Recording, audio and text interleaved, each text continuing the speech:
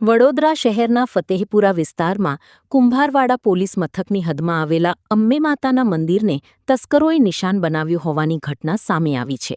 મોડી રાત્રે તસ્કરોએ મંદિરના રૂમનું તાળું તોડી ચોરીનો પ્રયાસ કર્યો હતો. જોકે અંદરથી સાંકળ લાગેલી હોવાથી તસ્કરો દરવાજો ખોલી શક્યા ન હતા અને ત્યાંથી ફરાર થઈ ગયા હતા.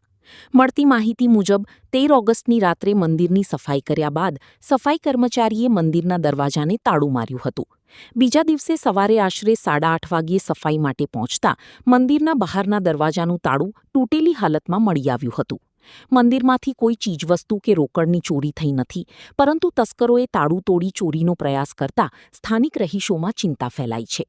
આ મામલે સ્થાનિક રહીશ દ્વારા કુંભારવાડા પોલીસ સ્ટેશનમાં લેખિત અરજી આપવામાં આવી છે. સ્થાનિકોના જણાવ્યા મુજબ આ વિસ્તારમાં અગાઉ પણ ચોરીની ઘટના બની ચૂકી છે.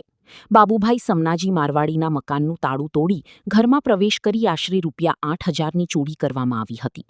વારંવાર બનતી ચોરીની ઘટનાઓને પગલે સ્થાનિકોમાં પોલીસ પેટ્રોલિંગ વધારવાની માંગ ઉઠી છે.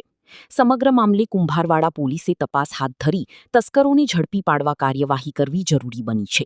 ફતેહપુરા મંગલેશ્વર મહાદેવની સામેનો અંબે માતાના પાછળનો વિસ્તાર છે.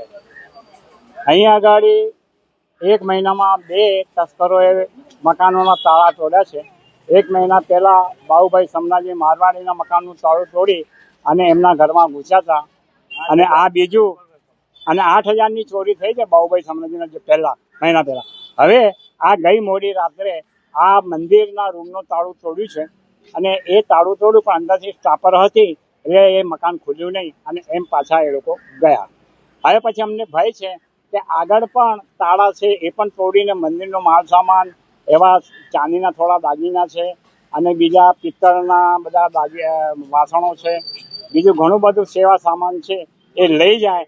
એના માટેના મીડિયાવાળા ભાઈઓને બોલાવી અને જાહેર કરીએ છીએ કે સીપી સાહેબ, પોલીસ કમિશનર સાહેબના આંખ હેઠળ આ વાત જાય, કાન હેઠળ આ વાત જાય એટલે કંઈ બંદોબસ્ત આપે એવી અમારી માંગણી છે. મારું નામ મોતીલાલ કનોજા, સોશિયલ વર્કર.